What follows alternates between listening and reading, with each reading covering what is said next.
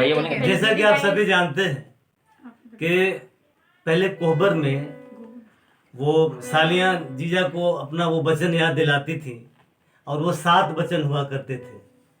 7 वचन अपने बहन के लिए और अपने जीजा के लिए।